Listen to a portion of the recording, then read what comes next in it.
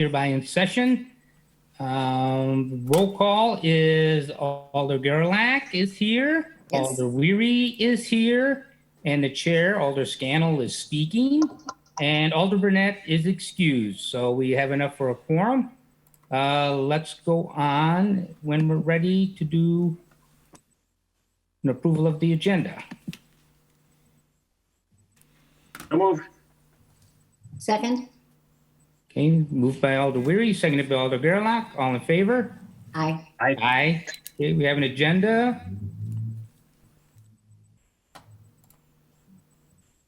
You ready for the minutes, James? Not quite.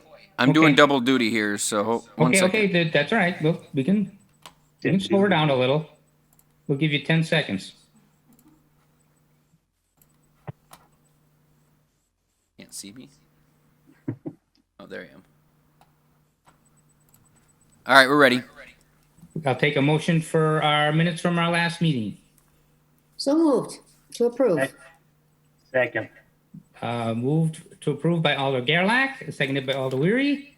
All in favor? Aye. Aye. Opposed? Okay. Our minute. We're on to regular business shortly. Okay. Okay. Item number 1, for consideration with possible action on entering into a formal lease of the Wildlife Sanctuary residence to the Wildlife Sanctuary Superintendent. Well, thank you. So, a little history. You're muted, James.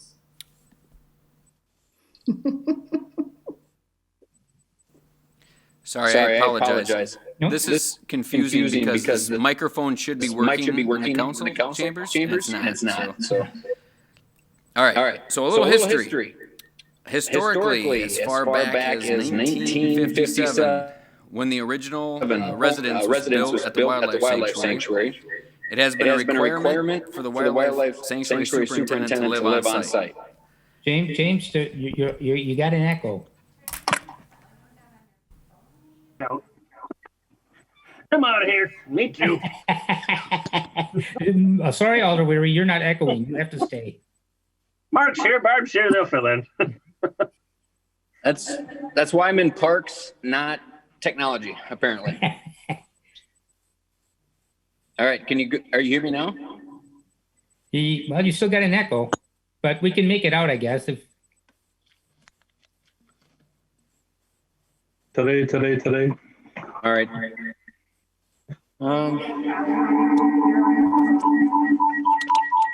Do you have two devices in the same room that are logged in? Let me try something quick. Hold on. yeah.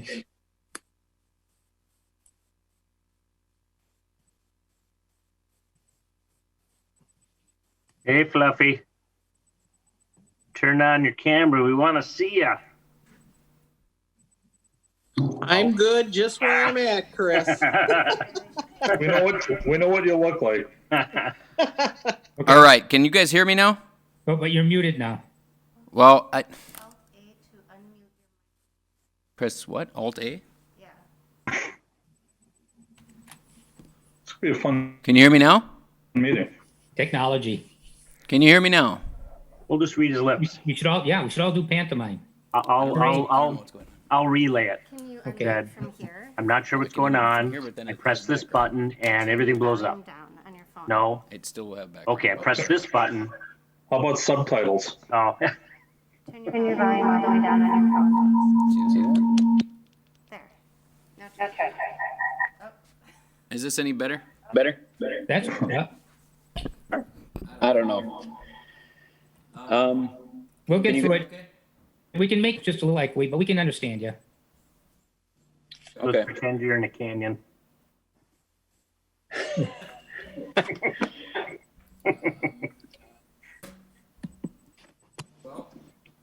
Well, I'll try my best I can. I'll try my best I can.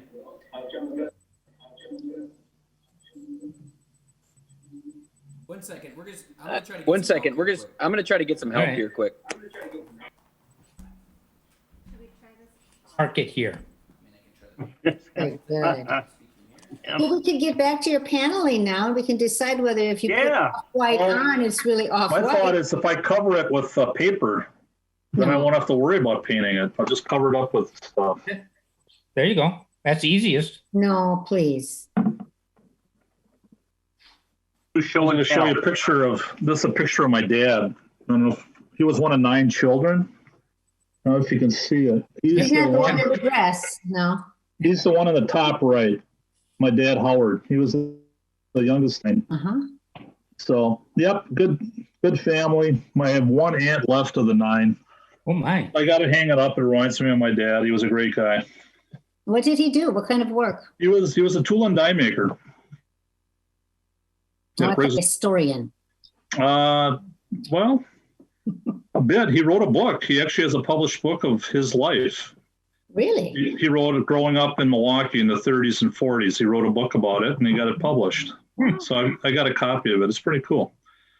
But when he gets to his children, he doesn't talk much about us. It's just his life. I think his life, he probably thought that's it after, 9 kids. I don't know. We're all historians, though. He didn't have 9 kids, though. Yes, he did. I'm the oldest of his 9. Oh, my goodness. Yep. Wow. See, now my dad was an only child. Born in a taxi cab. Wow. Seriously? Is there a song? There's a song about that, isn't there? Driving down Highway 41, something. I don't know. And how many siblings do you have? I've got 3 siblings. Okay. There's 4 of us. Okay, Elder Weir, you have to report now. Oh, well, I guess what? 5 on one side, 7 on the other for uncles. I have 2 sisters. They both look up to me, of course. Do you have any aunts or only uncles? Oh, no, I have aunts and uncles both sides, yeah. Okay. Yeah, And 2 12 of them. sisters. Whole bunch of them, yeah. Yeah, they're younger. They look up to their older brother. Uh-huh. You're also taller, so that's why they look up to you. Oh, you caught me on the technicality. Only when he's standing on his desk. Your turn. Yeah.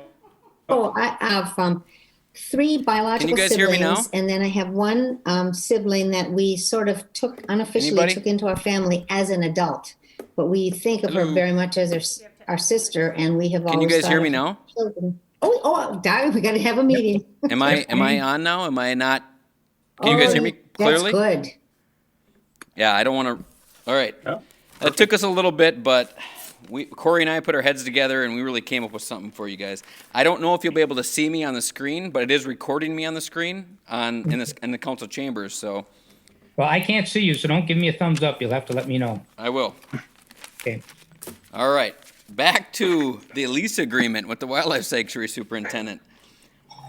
Thank you for your patience, by the way. All right. Historically, as far back as 1957, when the original residence was built for the Wildlife Sanctuary, it has been a requirement for the Wildlife Sanctuary Superintendent to live on site. So a little bit of history here. After an addition was put on to the old building back in 1975, which was built by the Marine Corps, this building has housed the past Wildlife Sanctuary residents and their families. Back in 2002, an aging residence proved problematic, and it was approved by the Parks Committee to allow the Fowles to build a new residence, which would have a bigger footprint to accommodate future Wildlife Sanctuary superintendents who may have bigger families. So the Wildlife Sanctuary Superintendent living at the residence provides necessary supervision as well as a 24/7 contact for issues or concerns that come up throughout the year. It has always been the intent that this position lives on site. We are coming back to the Park Committee today to approve our new, well, not that new. He did start about 2 weeks after the pandemic hit, although we don't blame him for that.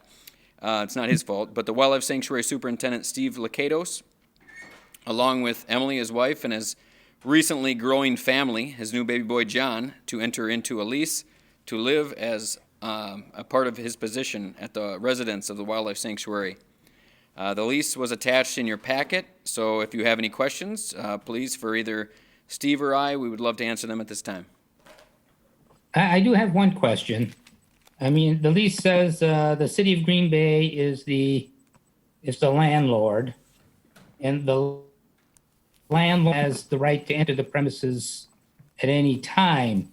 So that means anybody from the city can enter, or I see that Paul Light is listed under the as a maintenance manager. Is that the designee of the city who would enter the premises if necessary, or? Most of the time, Paul would enter for maintenance-related reasons, or if there was some kind of emergency with, the residents or his family, where he would be the first point of contact for, non-emergency. An emergency, we'd call the fire department or 911. So. Well, right, but I mean, I think for the right to enter the apartment wouldn't be emergency issue. It should be when the landlord decides to. Any landlord would want to check out a premise for, I don't know what other. I'm not a landlord. I don't know what all the reasons, but I know that's a standard clause for leases. And usually it requires a notice at least. I didn't notice that in here where, they have to give a 12 hours notice that the landlord wants to check out the premises for whatever. It just seemed odd to me that the city is listed as the landlord, and it states that the landlord may enter the premises at any time, but it doesn't really specify any specific person. So, I mean, I'd hate to think that we're going to have our superintendent out there, and just anybody from the cities can walk in on them legally. No, I mean it would, I think, pertain to the director. Would be, the one that I guess could enter if he needed to. But overall, yes, of course, we'd be respectful and give notice if we needed to enter for some reason. I can go back and work with our city attorney to clarify if that's something that we should add back in there, or if it's just a standard statement that we put in all our leases. She put this together, so I would have to go back and see if that would be something that we would tweak, or if she would advise us not to. Okay, yeah, I think it looks like it's kind of a standard thing from what I can tell. But what's odd about it is usually a landlord is a specific person, whereas here it's the city of Green Bay, and it's listed as the city of Green Bay. So that makes it kind of odd, and I'm just wondering if we need to tweak that in any way to make it more clear for some of the responsibilities and powers that a landlord has. Alder Scannell? Mm-hmm. Can we ask Steve Locatos if he's satisfied with the lease the way it's written? Certainly.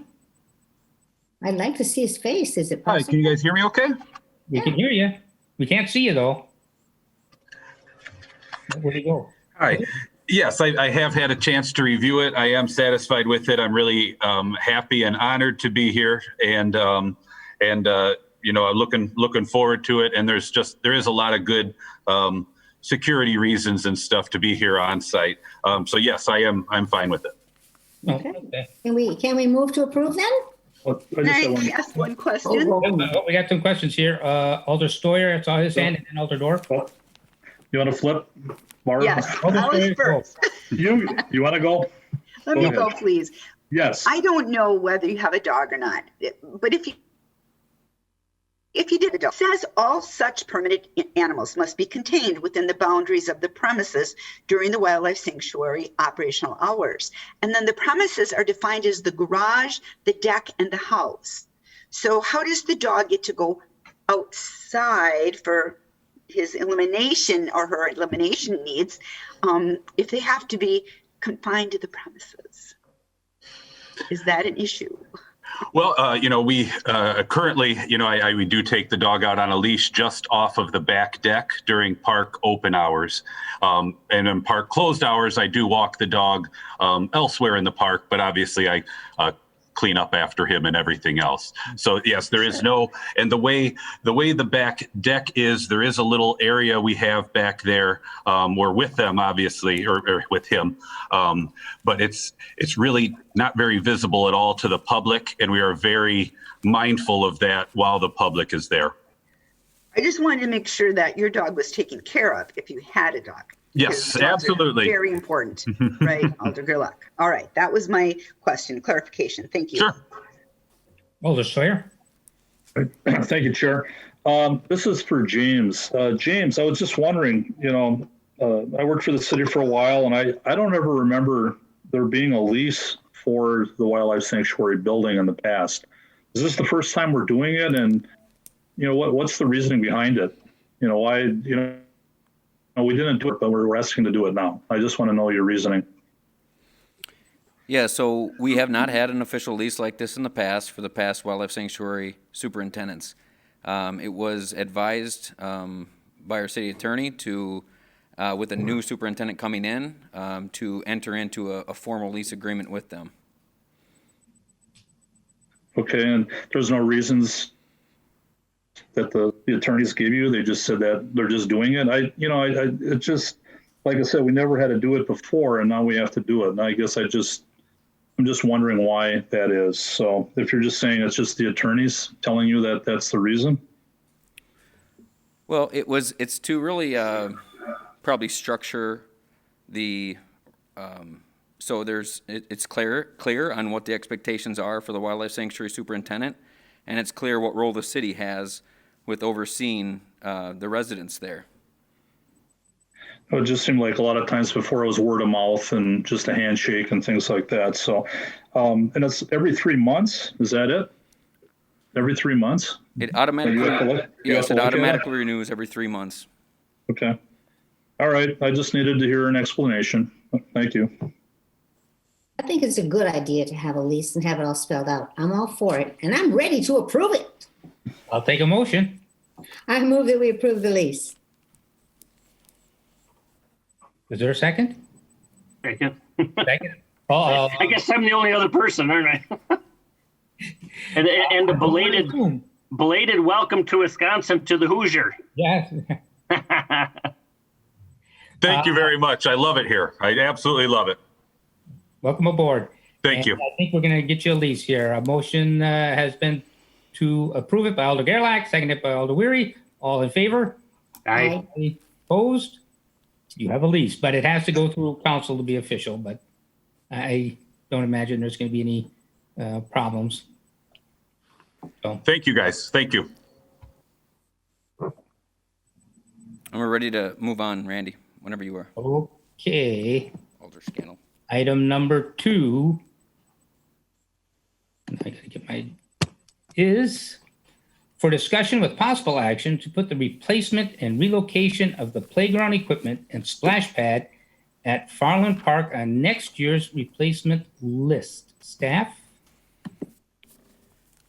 Yes, and I believe, I'm Is not Alder sure Lefebvre if here? Alder Lefebvre is on. I don't know if she wants to say anything first, or I can go through my narrative first. Alder Lefebvre. I'm not sure who the other number is on the call. But no objections. All right. So if you guys remember, back on November 4th, 2020, the park committee met and we discussed this as the parking lot is almost a block away from where the playground is and the shelter. It caused a lot of illegal parking on the 1500 block of Smith Street.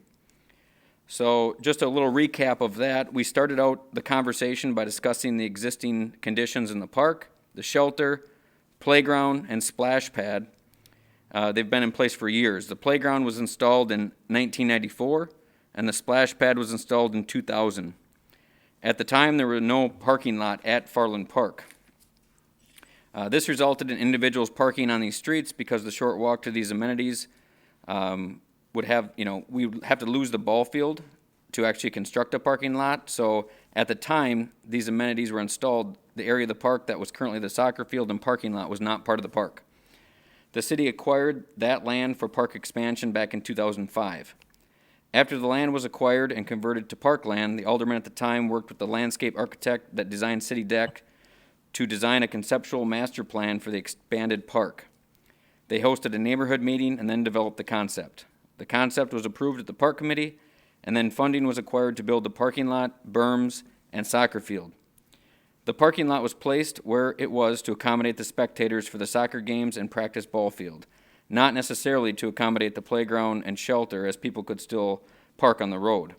I do not have any information related to when the end of the street there became no parking zone, but I do know that it was decided on the November 4th at Parks Committee to have staff work with DPW and Parking Division and also the Police Department to figure out if there was a solution in regards to the illegal parking at the end of the 1500 block of Smith Street. So after discussing with Alder Lefebvre and also then reaching out to parking from DPW, they did have a conversation, and DPW staff was kind enough to provide a great debriefing that I'll go over with their discussion and also some possible solutions that came out of that meeting. So part of that discussion was the Parking Division reported that they have been regularly enforcing the existing no parking zone at the end of Smith Street, noting 16 citations just this year through October. The parking violations near Farland Park have subsided for the most part this year due to the winter, but DPW nevertheless will continue enforcing Smith Street parking zone into 2020 and beyond until otherwise told. I want to make a clarification of what was said at the November 4th Park Committee meeting, as the primary enforcers of parking violation are actually DPW's Parking Division, not the Police Department. So the Green Bay Police Department functions only as a backup to the Parking Division, and that backup, of course, may not always be available, as the Police Department oftentimes is busy with higher priority calls when Parking Division is unavailable. That residential permit parking zones are only created in large areas usually, and neighborhoods where there's an active reoccurring trip generator nearby, such as a school or business that significantly changes the traffic and parking characteristics of a neighborhood. Similar to you see at like Bellin and St. Vincent hospitals over in that area. The other option, or the other thing they discussed, was that the city could extend the no parking zone on Smith Street east towards Elizabeth Street, but from their experience, doing so would just essentially push the problem to other neighbors. The key to getting this to work would be to push the park attendees probably further away from the playground equipment than the distance it would take to walk on the improved surface to the playground equipment from the existing Eastman Avenue. So essentially, the effective distance would eliminate all parking on Smith Street from the park to Elizabeth Street.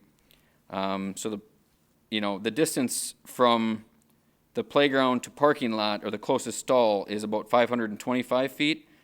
And then the playground to Smith-Elizabeth intersection would be 575 feet. So essentially we'd push the no parking back area, but then you'd have people, you need to push it far enough back so people would have to walk farther than they would from the parking lot. That would really be probably a tough sell to neighbors, as they would lose all their parking in front of their homes though. So then some of the possible solutions they talked about was, one would be to install trailblazing signs at the end of Smith Street, guiding motorists to the Eastman Avenue parking lot. But after talking about that, realistically, anyone that was going to go to the playground, they may not decide to turn around and reroute themselves over to the parking lot just so they can walk, further to get to the playground equipment. They could install more no parking signs. This is not needed, as the small area currently designated has clearly marked no parking signs. And so that's not necessarily something that would probably help the situation, as it's pretty much already there. They could look at increasing enforcement, and DPW will continue to enforce the existing no parking driveway and hydrant zones on Smith Street. But their parking staff have been given, and their parking staff have been given specific instructions to drive down Smith Street to look for parking issues. But this is, of course, only as effective as, parking staff is available. Similar to, for example, there just cannot be a police officer enforcing speeds 24/7 on a roadway. Parking staff have, over 450 miles of street to patrol and cannot, of course, be at Smith Street as often as they'd like. The other option would be to remove parking, as I noted before, from Smith Street. So I guess my recommendation would have Alder Lefebvre could make that recommendation. It could be an option to approach Smith Street neighbors to seek removing all parking from Smith Street and gain their input. But although it could be a solution to solve a problem, it probably isn't likely that there'd be public support and could push the problem to Harold Street. And then the other option potentially could be to close down the playground until it can be relocated closer to Eastman Avenue parking lot. And this could result, of course, in some upset park goers, and people may just still use the playground anyway. So the only other option, and this is why we're in front of you guys today, is that was brought up, is to meet to discuss how we could redesign the master plan. And as we acquire money to replace the amenities, we could place them in an area that encourages users to utilize the parking lot instead of parking on the road.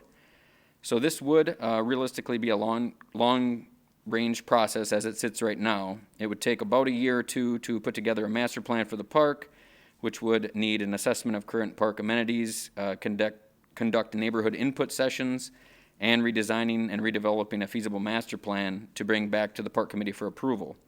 And there's currently no funding available to replace anything in this park at the time. But the future is bright. The Parks Department has submitted our draft of the 5-year capital improvement plan to the Finance Department, and this CIP plan is scheduled to be reviewed with the Finance Department in January. In this plan, we are requesting funding to replace the playground in 2024 and the shelter in 2025. So if this funding gets approved, we can go through the master plan process again over the next couple of years and reevaluate the final placement of these amenities in relation to the existing parking lot. I do want to note that it is not currently included in our CIP, the removal and relocation of the splash pad, which we're taking these numbers off of what we did with Tank Park when we took out the wading pool and then installed the splash pad, but that total cost of that project was around $200,000. So that is not included in the current CIP. So in closing, parking on the street, of course, is not a new issue, and we could try to continue in the short-term options that I discussed, and we also believe that we are addressing the longer-term solution through our CIP. So short-term, the most financially efficient option would be for the Parks Department to coordinate with the Parking Division on what we believe would be the best option as I outlined above. And also maybe raising some awareness, educate, with our summer playground leaders through social media, along with working with, parking and PD on how we would make people aware in that neighborhood that, they shouldn't park on the end of the 1500 block of Smith Street. If we look at restricting parking, like I said, on the road for residents, for resident-only parking, this is something that probably the Alder would potentially want to address with the residents and review with Public Works and the neighborhood to see if they would support this option. But long-term, the best option would be to relocate and replace the amenities in question and move them closer to the existing parking lot. But this may or may not totally take care of the issue, as people could still park on the road and walk in as it currently sits, if they wanted to park illegally, I guess. So that is the summary, and open for discussion or questions. Any questions? Alder Gerlach? This certainly sounds very familiar to me, James. You know what I'm talking about. So the thing about parking, no parking on Smith Street, I just want to make sure, because we went through this all before in November, and I just want to make sure I understand this. No one can park on Smith Street, or people with a permit can park on Smith Street? I believe, from what I have, is that right now it's residents only parking. And okay, so they have a permit because they're residents. And so there's no parking for anyone else besides anybody that lives there. Okay. If we restrict it, part of the conversation was if we restricted parking completely, that might upset those residents because then they wouldn't be able to park on their own street in front of their house. So then I think what you're saying, if trying to follow all of that, is that really there is no short-term solution. There's only a long-term solution, and it is going to take several years, but it sounds like it's in the cards for getting that done. So my only question would be, in those intervening years till it's fixed, is this going to be just a real terrible issue constantly? I think that the only real feasible, and I don't know how much it'll necessarily help because people have proven that they don't obey the signs anyway and park there, but we could look at putting up a sign that does encourage people to go park over in the parking lot off of Eastman Avenue, at the end of Smith Street. I mean, I don't know, once again, if the realistic, if that would really help or not, but we could try that. But as you said, we have had 16 citations, through October. So that gives you an idea of what the situation is like. And is there a neighborhood association associated with this park? I'm not sure. Is Alder LaFave not with us? Maybe not. I believe there was. I think that falls into the Old North Neighborhood Association, I think, but She I'm may not sure if be they're- here now. I just let a couple people in. Apparently I was Yep, that's Kathy. as I'm trying to do a couple different things here, apparently I was not allowing people into the meeting. Alder LaFave? Yes, I'm here. Okay, were you able to hear what was discussed? Sorry, I have trouble with this phone. I'm here, finally. All right, well, Where are you? well, we're on your item. And Okay, good. We went through the report, which I believe has been shared with you already. Yeah. Okay, and so now we're discussing what we should possibly do going ahead. And we'd like your input. Yeah, because it's, right, I think as you saw, the meeting I had with Dave Hansen and Lieutenant, I forgot his name now, and with parking. Parking did give out some citations, but that's during the hours, daylight hours or working hours. And so the situation a lot of times is on the weekends. And the police, of course, they have to call the police all the time. They're busy, and a lot of times they can't come until later, and then it ends up the car's gone or whatever. So there was no solution that they could come up with. If they put restriction on Smith Street, well, it'll force them, if they put the end, it'll just force parking back further, maybe parking driveways. I don't know why people would even park in somebody's driveway, even partially. But people do today, I guess, they just don't think. And so it just pushed that, situation back further. And if we put restricted parking on all of Smith Street, that means nobody can have a friend over to park on the street. They don't have room in their driveway, so that's not a solution. So the only solution is moving the playground equipment. Splash pad will have to, I guess, wait because that's pretty expensive. But that's something too that eventually would have to be moved. But if we could move the playground at least over to the parking area that comes off of Eastman. But and that's in the plan in the next few years for that to happen. Yeah, but see, that's the problem. The situation has been going on for years. This should have been handled, actually. The former alder should have taken care of something, and he didn't. He didn't do anything. It was happening before I became alder. So, I mean, this is, these people should not have to be put up with this, especially having their driveways blocked, that they can't get out. Mm-hmm. And people are actually parking in front of the fire hydrant. I mean, it's just, it's getting worse, and I don't think they should have to put up with this continually for years yet. So I'm hoping that maybe you can, I talked to James, and he was going to look at moving one of the other playgrounds, maybe, I don't know about next year, or at least the year after.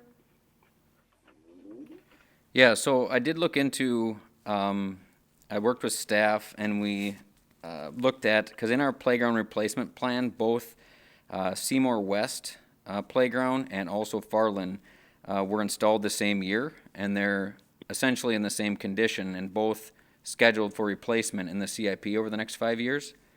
So it doesn't necessarily help, in the next couple years, but it does move up if we took a look at flip-flopping when we replaced Seymour West and Farland. That would actually move Farland replacement up 1 year to 2023, and it would move Seymour West back 1 year to 2024. And I reviewed this with the park superintendent and confirmed that that would be a feasible option. So that is one thing we could do in our CIP is just flip-flop those two. At least it would help. It would help move the solution 1 year closer. I'm sorry, that's 2 years away. These people have to put up with this another 2 years? I mean, come on. Anybody who's on this board or works for the city, would you put up with this? I mean, come on. Like I said, this has been going on for, what? I've been 5 years now, and this was before that. This has been going on a long time. Okay, and I'm sorry. Alder Moore should have done something sooner. Okay, Alder Gerlach would like to say something. I just have a question.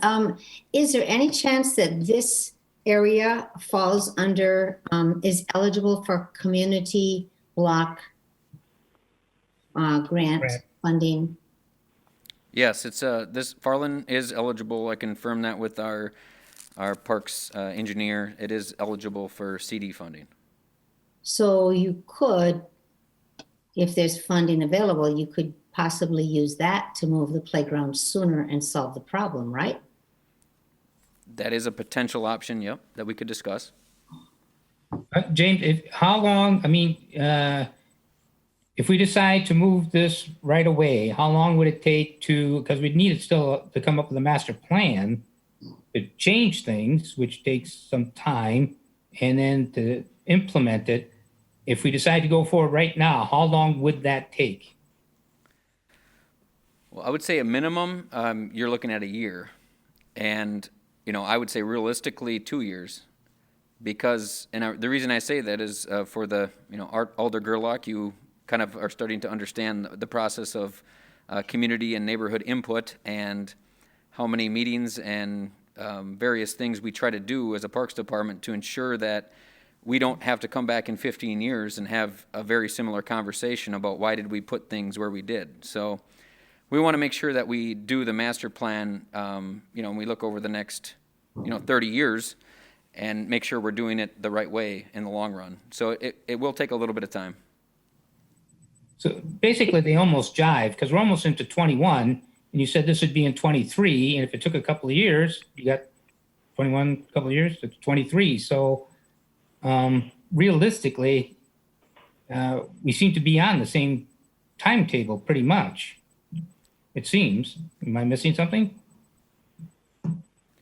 I think we're in a much better situation, and like I said, it doesn't cause any real significant concerns at all if we flip-flop those 2 years. So I think, honestly, if we moved the Farland Park playground replacement to 2023 in our CIP and moved the Seymour West playground replacement back to 2024, I think that would put us in line with making sure we really have time to develop a really good master plan for this area, because then shortly after that, we'll also be replacing the shelter. And then we can also look in that same time, and if there's any CD funding or any other available ways to look at replacing and relocating the splash pad and other amenities that would fit into the master plan. So it'd give us time to explore all those options and really create a very good master plan going forward. So I have to go back and tell these people, oh, I'm sorry, another 2 years you're going to have to put up with people parking illegally, blocking your driveways. That's not, to me, that's not acceptable. Well, I just don't know. I know there's problems, but we want to do this right, and we need a master plan. I mean, you can go back and tell them, yes, we're going to do it. We're going to get together, get a master plan, and get it done. It should take 2 years. I mean, that's realistic, and that's moving the ball forward. I think that's good progress. You've brought this forward. You're because of that, things got moved up. They got moved up, and so now we'll go forward with making a master plan and then implementing it, and that's going to take 2 years. I think that's reasonable, really. I mean, Alder Scannell, did we ever get an answer to my question as to whether there's a neighborhood association there? Alder LaFave, do you know is there a neighborhood association? No, if it would have been Old North, they folded. Right. So, I mean, I think you've done a good job here. I mean, you've. Well, I don't know.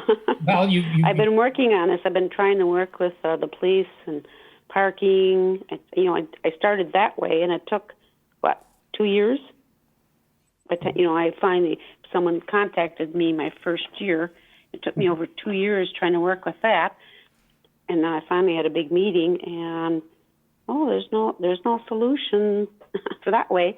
Well, and they said the solution is to move the playground, and the splash pad should be moved too. And I think, was it Joe Moore who got this master plan done here, who brought the contractor in? And I don't know who I'm sorry. I would never have planned a park this way.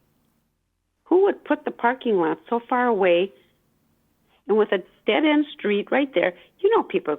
People don't want to walk today. I'm sorry, a lot of people don't. They want to park close and use the facilities. Well, there's nothing we can do about that now, but I know. But I think going forward, you want to do this right, so you need to plan it. And I don't think to do it in a year, realistically, planning and implementing, I don't think that's realistic, really. I mean, 2 years, I should hope your constituents would appreciate that you've upped the timetable, you've got this on the table, and you've pushed it, and we're moving forward, but it takes time to do it right. I would think they'd want it done right. Can I ask James a question, please? Certainly. This is a real tough situation. I feel really bad for everybody involved. You talked a little bit about a sign at Smith Street that would say something about no parking for the playground or for Farland Park on this street or something. Could that be out? I can't see what street that is that runs north and south that Smith and Harold run into. What street is that? Is that Elizabeth? I think so. Yes. Okay. Yeah, right. Mm-hmm. Could those signs could very, very visible, clear signs going both directions on Elizabeth Street be there near the entrance to Smith Street that makes it very clear, don't even think about parking here, turn around and go up to Eastman to the parking lot. I know then, as James said, then you got that long walk. But at least, I guess what I'm asking, James, is that where the signs would be saying you can't park here for Farland Park? Would they be out on Elizabeth Street? We would have to work with DPW and define, I guess, where the best placement of those signs that would create the best impact or address that situation the best. But we'd work with them to try to figure that out. Yeah, and you'd have to almost be on it too, and then put violators will be fined. To play devil's advocate, if I could, it's not illegal to park on the street. I mean, anyone can park on a public street. So, I have the same issues up on Shadow Lane. People park for, the Resch Expo Center. Go to watch Packer practices, and people get upset, that they park constantly on Shadow Lane, but it's a public street. So you can't really tell people not to park there and use the park. It's just the convenience matter, and that's the kicker. You either have no parking or it's all parking. No, but Alder Weary, I thought this was a street where you had to could park by permit only. No. So that the residents could have a permit. Like I used to live on Jackson Street near the hospital, and we had a permit to park in front of our house, but nobody else could. This is not one of those. Yeah, I think the only place we have that's around the hospital, right? Hospital zone. Yeah. Okay. Mm-hmm. Would there be any way that this I'd have to ask Dave Hansen? Maybe we could have a sign that says residential parking only, because it's a dead end street. There's no reason for anybody to come through. It's not a through street. You could probably put some encouragement signs. Yeah, I believe that's by ordinance right now, so you wouldn't be able to do that. Wouldn't be able to. Geez. We might be able to put a sign, just a second, all the story. I'll get to you in a second. How about a sign that says where to park? There, yeah. That's what my recommendation was. If we do any kind of signage, is just to try to educate people to where they, I guess we are encouraging them to park, which is in the parking lot off of Eastman Avenue. Because there's already signs, don't park. I'm sorry, James, go ahead. No, I would just, have a simple sign that tries to address, park users, please use the, parking lot off of Eastman Avenue for Farland Park. So between the no parking signs we already have and then that sign, and then we're moving forward with a plan and implementation of that plan in 2 years, really. I mean, 21's less than a month away, and this would be in 23. So that seems reasonable and wise to make sure we're doing it right to me. So Alder Stoyer and then Alder Weary. Yeah, I'm just going to chime in a little bit. Alder Weary was talking about, specialized parking, and over by Reed Street in my district, over by the swimming pool, the rest center, on the south side of the street, we have permit parking, and there's permit parking also in Astor and such. I mean, that's such a short block, and I don't know if that would be a big issue to, you have other areas of the city that have by permit only. So I'm just saying, before saying no to that, I think that should be maybe incorporated into a plan or just a thought process, but not to give up on that. So would I then go to Dave Hansen and ask that he would be the one that would bring that up to change it, or?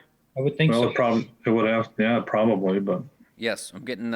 We're lucky to have the DPW director in the room right now, shaking his head yes. So. Okay. Shaking his head no. That was my statement. Alder Weary. Lost my train of thought, but let's see here. Yeah, I'm as impatient as anybody, believe me. But to do this next year, we don't know, what kind of equipment we want, where to put it, or how to pay for it. So we have, 3 big obstacles. So, and I feel for you, Kathy. I know I've been following along with you on this one. If you can, let them know we're working on it. And I imagine, James, next year, would we contact the neighborhood to start that planning? And they'll see that input's being taken? And yes. Okay. Yes, from our experience. That would be good, yeah. Yeah. I think if they can see it and actually be part of it, they'll know the ball's rolling.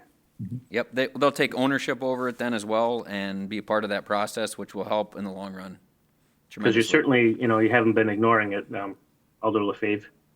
No. No. You certainly haven't been doing that. I know it's frustrating. Bronson keeps contacting me. I know. Okay. Well, I guess that's the best I can do then. Okay. I think that's quite a bit, actually. We get up a sign, and we've moved it up from when it was supposed to happen, and we're going to start the process this year, next year, to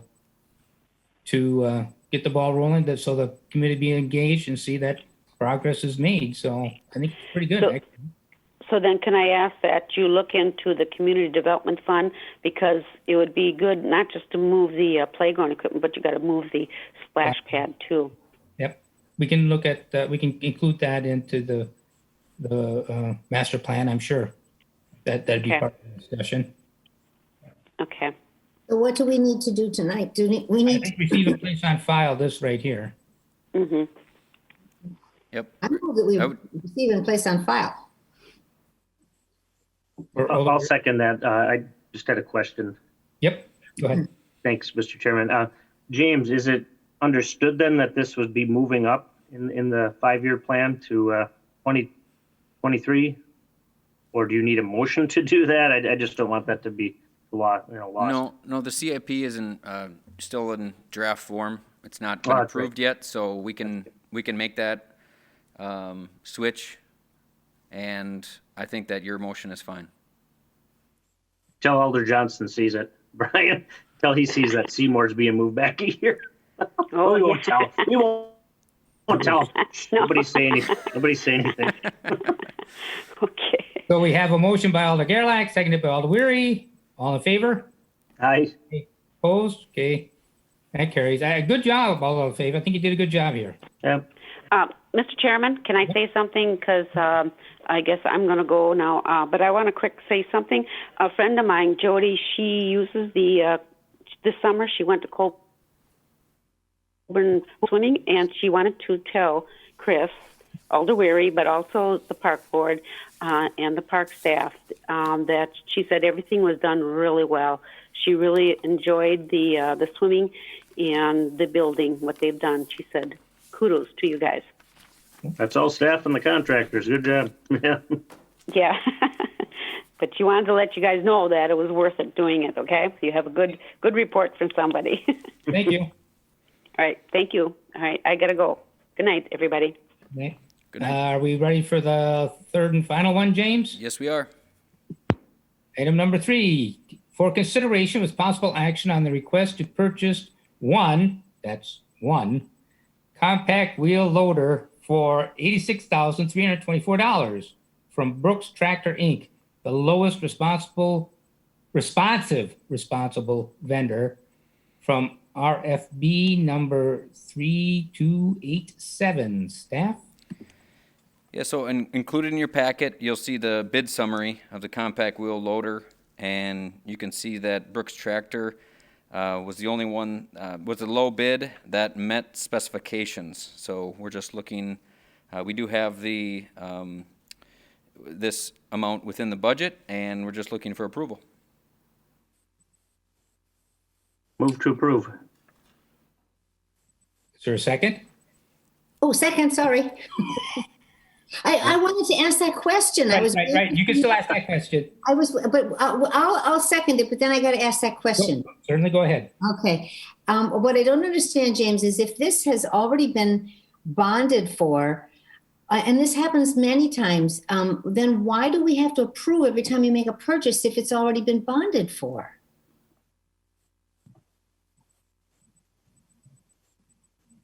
Oh, I think he left. He's mad. I think it's because it's a bid, and there's we could award it to someone else. Yeah, so bonding for it and actually purchasing or expending, releasing the money to buy it, I guess, is essentially two separate actions. Okay, so I think what Alderweir is telling me is that we have to approve the person you chose. I got it. Thank you. Okay, I'm good. Yes. Thanks. All right. I'm glad to see there were nine bidders. That's nice. We typically on implement type stuff, we receive a lot of bids. Wish we had that in all our other projects. Yeah, it's a very competitive market, and I agree. I wish we had competitiveness like that in other areas. Oh, see, I could have referred your question to our purchasing manager. See, I. Okay, a motion by Alderweir, seconded by Gerlach. All in favor? Aye. Aye. Opposed? All right, that is purchased.